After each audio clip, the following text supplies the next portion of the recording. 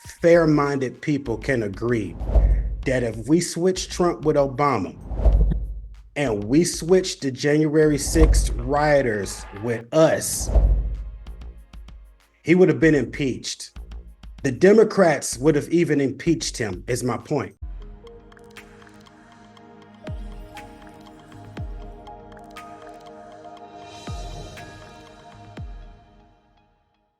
Mr. Kwesi Jackson, the father, the husband, the educator, the motivational speaker, the Kingdom MC, the fellow YouTuber. What is up with you, man, on this fine Saturday? Like for real, respect, because you know what I'm saying? We both parents. I know how valuable these Saturday hours are or whatever, so I appreciate you hollering at me for a little bit on the independent mail. What's up with you?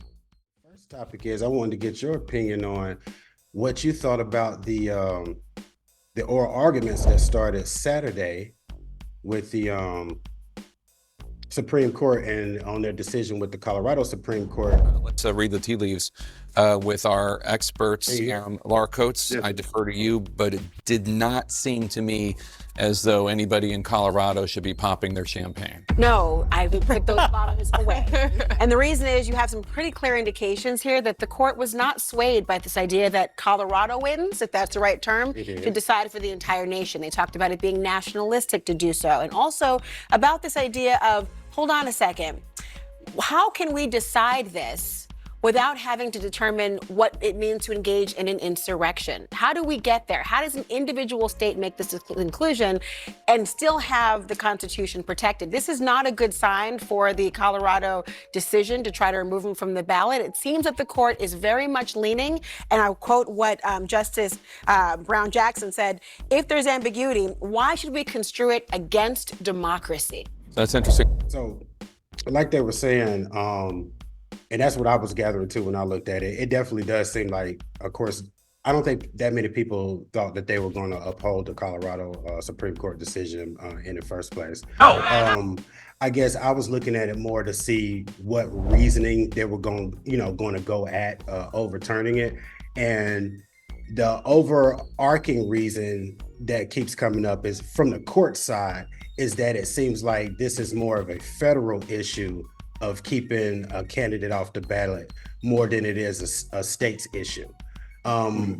So of course, there's been some other little nuanced arguments, like trying to define what is an insurrection, and even some of it, and Trump's attorneys also even tried to bring up the argument that the president is not an officer of the United States. You may have even seen that pop up in one of the shorts or something I was doing, and it's been a back and forth debate about that. But overall, I think the courts are seeing it more as a federal type of decision to be made more than a state's one. And I guess this is what I want to ask you about. I can see why they're saying that, like, because what Roberts has said is, the Chief Justice Roberts, is if they went with that argument, then what's to stop all the other states, not just this election, but anytime the other party has a candidate they quote unquote don't like or can try to find some reason to keep them off the ballot. What's to stop the tit for tat type stuff going on? And so I get that part. So what it still seems like it comes down to is the framework, this great, 400-year-old constitutional framework, had it to where the impeachment process was almost the only way to actually, quote unquote, pin or hold accountable the president for whatever actions he had, he played into the January 6th, riot, or whatever it is you want to call it.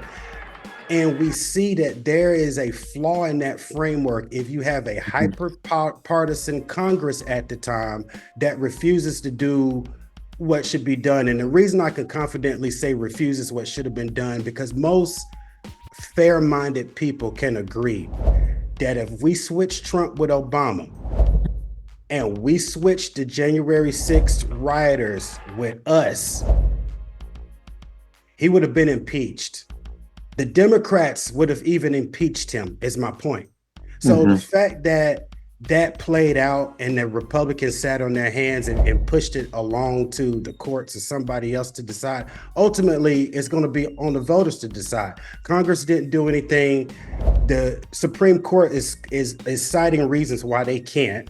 So who is it left to hold this guy accountable? The voters. Yeah. And I'm like, what? But that's me. And you know, in my one, everybody has one opinion. I want to know what your opinion is about that. I really feel like a lot of what we're seeing now is, well, so it's subjective, and with it, but there it's being masked by objectivity. I don't like that. I don't like when I hear people say in interviews, you know, I'm neither Republican or Democrat. I just go with what's the truth.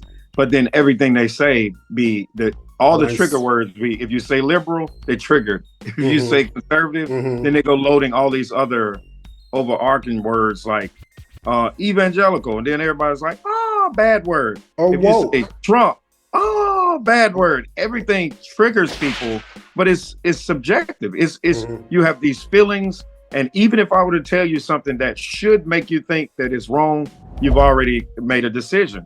So if you really want, the way I see it is, I see there are some big meetings that happen behind the scenes. I mean, even within Congress, there are these humongous meetings with little packs that happen. They transfer information. By the time it gets to us, it has been well packaged. And when it's presented to us, we are to accept what these ideas are, or we can reject them.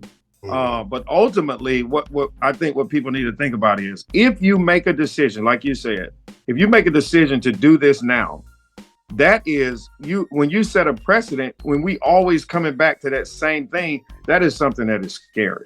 And so I think they want to steer clear from that. Throw this back to the people and see what the people say.